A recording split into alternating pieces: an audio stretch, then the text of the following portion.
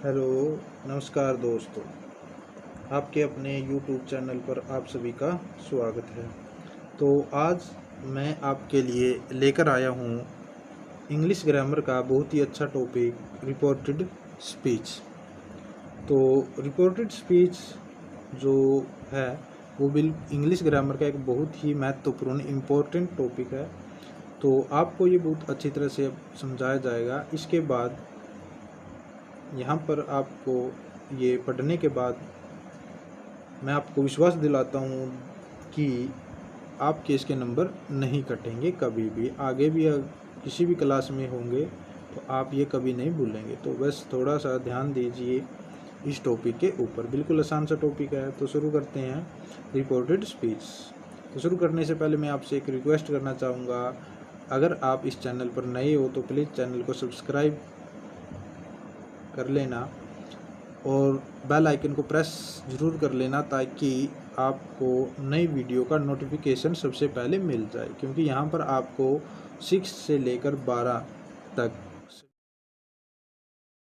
के सभी क्लासेस के सभी जो सब्जेक्ट है उन पर वीडियो मिलती रहेगी रेगुलर। तो चलिए बिना टाइम वेस्ट किए शुरू करते हैं रिपोर्टेड स्पीच।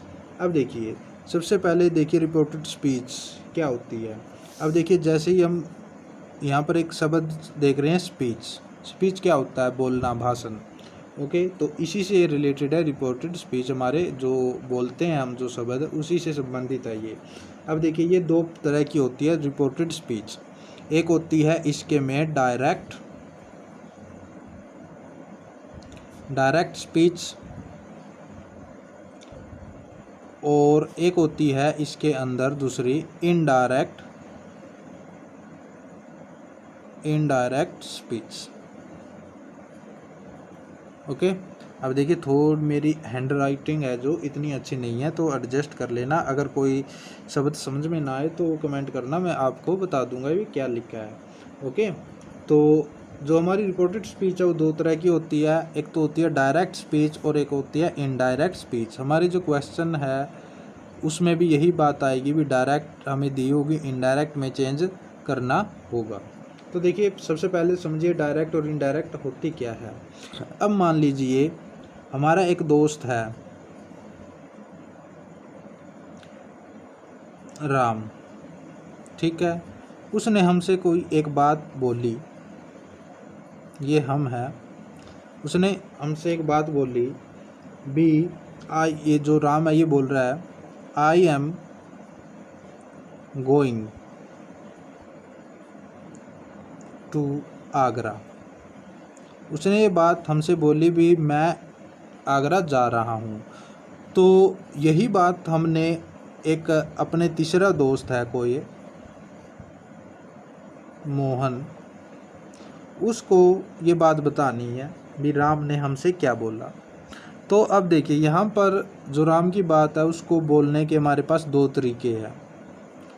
कितने तरीके हैं? दो तरीके। या तो हम सेम टू सेम जो ज्यों का त्यों इसने बोला है राम ने हमसे, ज्यों का त्यों हम इसको बता देंगे भी जो राम है उसने हमें क्या कहा। तो हम बोल देंगे भी Ram said to me I am going to Agra. एक तरीका तो ये था, पहला तरीका तो भी ज्यों का त्यों उसको हमने बोल दिया। एक दूसरा तरीका ये है इसको मोहन को बताने का भी,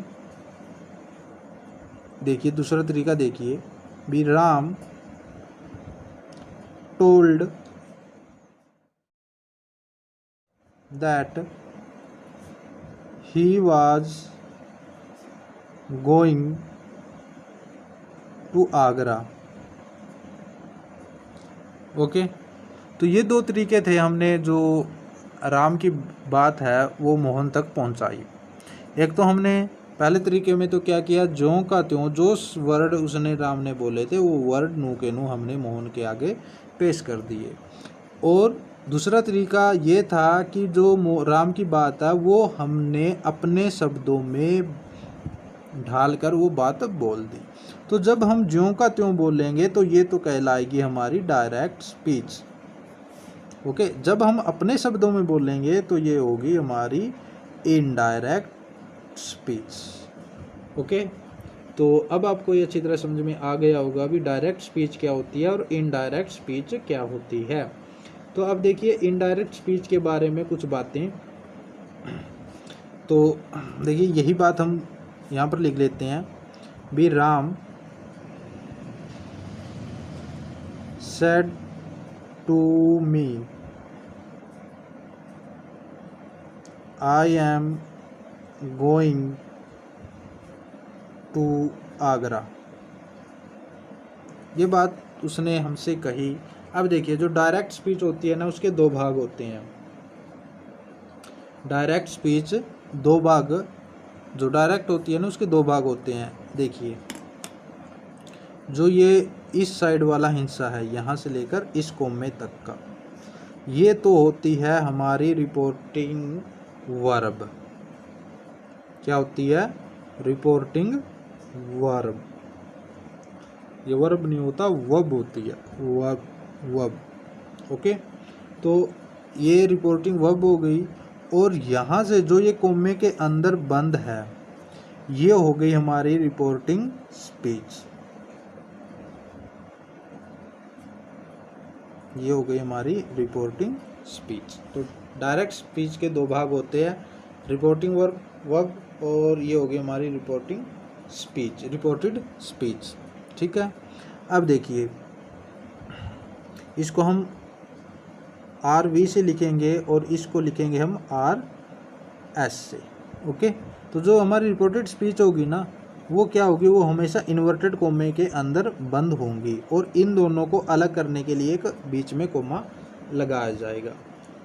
ओके, तो ये थी इनडायरेक्ट स्पीच के बारे में कुछ बातें। और इनडायरेक्ट स्पीच के बारे में देखिए, तो जो ये लिखा था हमने इनडायरेक्ट स्पीच लिखा था, तो सबसे पहले तो ये दो जो कोमे हैं उनको हटा देते हैं।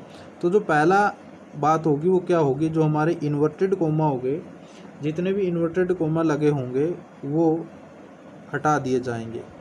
इनको हम क्या कर देंगे, रिमूव कर देंगे। और जो कोमा है ये वाला कोमा, इसको हटाकर इसकी जगह हम क्या करेंगे, कंजक्शन दैट या इफ या वेदर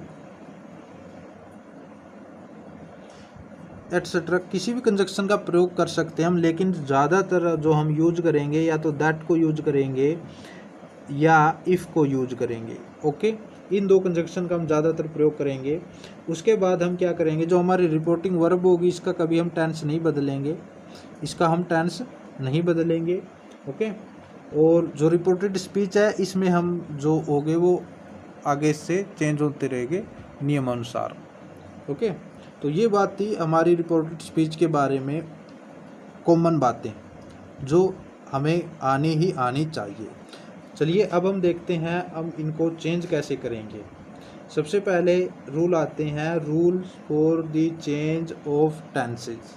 टेंस बदलना क्या होता है, जब हम डायरेक्ट को इनडायरेक्ट में बदलेंगे तो हमें क्या करना होगा, रिपोर्टेड स्पीच का टेंस बदलना होगा। तो चलिए देखते हैं कैसे इसको बदलेंगे। देखिए सबसे पहले पहला नियम,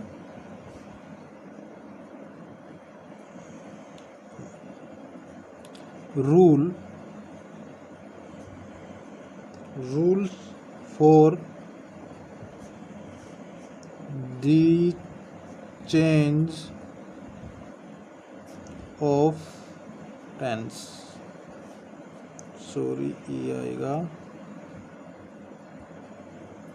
टेंसेस। ओके, तो देखिए सबसे पहले आपको ध्यान में रखना है, अगर हमारी रिपोर्टिंग वर्ब, ओके, हमारी रिपोर्टिंग वर्ब प्रेजेंट टेंस में हो, प्रेजेंट या फ्यूचर टेंस में हो, तो हमने क्या करना है, रिपोर्टेड स्पीच का जो टेंस है वो चेंज नहीं करेंगे, टेंस को चेंज नहीं करेंगे।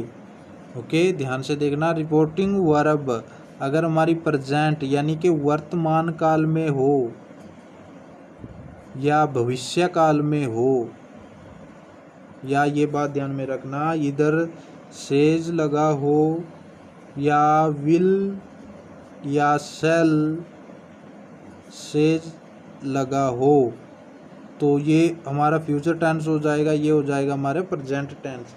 तो हम क्या करेंगे, इसका जो रिपोर्टेड स्पीच होगा उसका टेंस नहीं बदलेंगे। ओके, जैसे कि एग्जाम्पल देखिए, Amit says Ram will write a letter. Amit कहता है राम एक लेटर लिखेगा। तो अब देखिए यहाँ पर क्या हो गया, सेज, इसका मतलब ये क्या है, हमारा प्रेजेंट टेंस में है। ये किस में है, हमारी प्रेजेंट टेंस में है। तो हम क्या करेंगे, इस वाले का जो चेंज टेंस है वो चेंज नहीं करेंगे। तो हम लिखेंगे Amit says.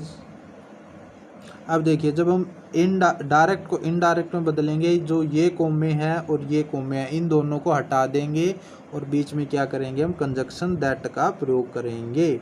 Amit says that Ram, अब क्योंकि ये प्रेजेंट में है तो हम विल का विल ही रखेंगे, will write a letter. Okay, ये है हमारी डायरेक्ट स्पीच और ये हो गई हमारी अब इनडायरेक्ट स्पीच। ओके, तो इस तरह से चेंज करने हैं। तो ध्यान में रखना है, अगर हमारी रिपोर्टिंग वर्ब प्रेजेंट में हो या फ्यूचर में हो तो रिपोर्टेड स्पीच का टेंस नहीं बदलेंगे। ओके, उसके बाद हमें क्या करना है, अगर हमारी जो रिपोर्टिंग वर्ब है, नंबर 2 पर देखिए, अगर रिपोर्टिंग वर्ब हमारी पास्ट टेंस में है तो हमें क्या करना है, रिपोर्टेड स्पीच के टेंस को बदलना है। ओके, वो कैसे बदलने हैं वो, अगर आप देखिए यहाँ पर, अगर आप ऐसे ध्यान में रखोगे भी, प्रेजेंट इंडेफिनेट टेंस को हम बदलेंगे पास्ट इंडेफिनेट में, और इसी तरह से अगर हम पास्ट इंडेफिनेट की बात करें तो उसको बदलेंगे पास्ट कंटिन्यूस में। अगर आप इस तरह से याद करोगे तो आपको ये याद नहीं होंगे, अगर हो भी गए तो बहुत जल्दी भूल जाएंगे। तो इसके लिए मैं आपको एक टेबल बता रहा हूँ, वो आपको याद करनी है। ओके, तो इसका आप स्क्रीनशॉट ले लीजिए या इसको नोट डाउन कर लीजिए अपनी नोटबुक में। ओके, तो देखिए कैसे चेंज होगा ये। अगर वाक्य में रिपोर्टेड स्पीच में अगर हमारा इज हो, एम हो, आर हो, तो हमें क्या करना है, इसको वाज या वर में बदलना है। ये आपको पता होगा भी, जो इज और एम, जो इज है वो प्रयोग होगा हमारा एक वचन के साथ, सिंगुलर के साथ। ओके, और जो एम है वो हमारा यूज होगा आई के साथ, और आर ये होगा हमारा किसके साथ, बहुवचन के साथ, सिंगुलर प्लूरल के लिए। ठीक है, जब हमारा सब्जेक्ट या जो हमारा सब्जेक्ट अगर सिंगुलर है तो इज, आई है तो एम, और अगर प्लूरल है तो आर का प्रयोग होगा। इसी तरह से पास्ट का जो वाज है वो सिंगुलर के लिए और वर है वो प्लूरल के साथ प्रयोग होगा। ओके, इज एम आर को हम क्या किस में बदलेंगे, वाज या वर में बदलेंगे। उसके बाद अगर वाज या वर हो तो हम किस में बदलेंगे, हैड या हैड प्लस बीन में बदलेंगे। अगर हमारी रिपोर्टेड स्पीच में फर्स्ट फॉर्म है तो उसको सेकंड फॉर्म में बदल देंगे। अगर पहले से सेकंड फॉर्म दी है तो उसको हम बदल देंगे हैड प्लस वर्ब की थर्ड फॉर्म में बदल देंगे। उसके बाद अगर हमारा हैज हैव है तो उसको हम बदलेंगे हैड में बदलेंगे। कैन को कुड में, मे को माइट में, विल या शैल को वुड या शुड में बदलेंगे। मस्ट को हम 3 तरह से बदल सकते हैं, एक तो हैड टू में, और एक वुड हैव टू में, और एक मस्ट में। वो कैसे बदलेंगे देखिए, यदि मस्ट का अर्थ कथन के समय अनिवार्यता, नेसेसिटी हो या बाध्यता हो तो हम क्या करेंगे, इसे हेड टू में बदलेंगे। हम इनके एग्जाम्पल भी करेंगे, पहले हम देख लेते हैं कि जो हमारे नियमों कैसे होंगे। यदि पास्ट मस्ट का अर्थ भविष्यकाल की अनिवार्यता है, अब देखिए ये अनिवार्यता थी, ये भविष्यकाल की है। इसको जब ऐसा होगा भविष्यकाल के लिए तो हम क्या करेंगे, वुड हैव टू में बदलेंगे। और अगर मस्ट का अर्थ है कहीं मनाही, यानी कि नेगेटिव अर्थ है या स्थायी आदेश है, तो हम उसको क्या बदलेंगे, किस में बदलेंगे, मस्ट को नहीं बदलेंगे, मस्ट को मस्ट में ही रहने देंगे। तो आप इसको या तो नोट डाउन कर लीजिए या इसका स्क्रीनशॉट ले लीजिए, ये आपको याद करने हैं। इनके बिना आप कोई भी नरेशन है, जो रिपोर्टेड स्पीच है, इसको आप चेंज नहीं कर पाओगे। ओके, तो इनके देखिए उदाहरण देखते हैं हम। देखिए कैसे बदलेंगे हम। उसने कहा, देखिए ही said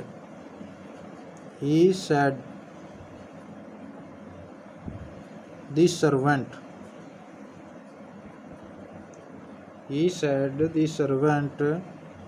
has posted the letter।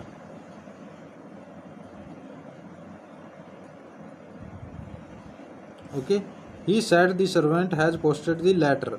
तो अब हमें क्या करना है, देखिए ये पास्ट में है तो हम इसका जो टेंस है वो चेंज करेंगे।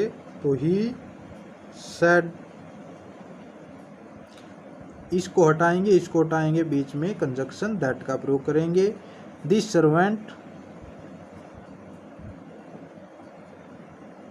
अब हमारे पास हैज आ गया।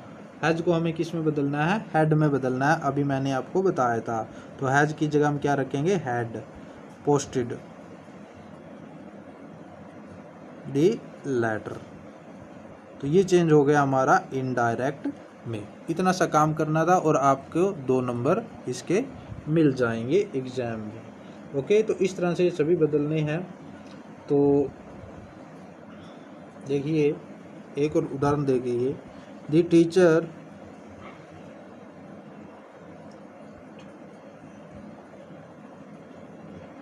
टीचर्स पेन हो गया ख़त्म। तो देखिए द टीचर said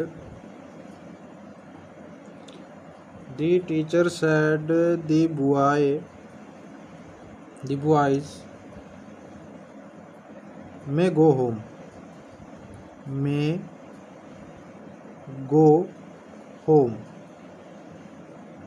तो अब हमें क्या करना है, तो देखिए ये सबसे पहले देखने रिपोर्टिंग वर्ब है जो हमारी किस में है, पास्ट में है, तो आगे वाला का जो टेंस है वो चेंज होगा। तो यहाँ पर लिखेंगे दी टीचर सेड दैट, इनको हटाया, बीच में कंजक्शन दैट का प्रयोग किया।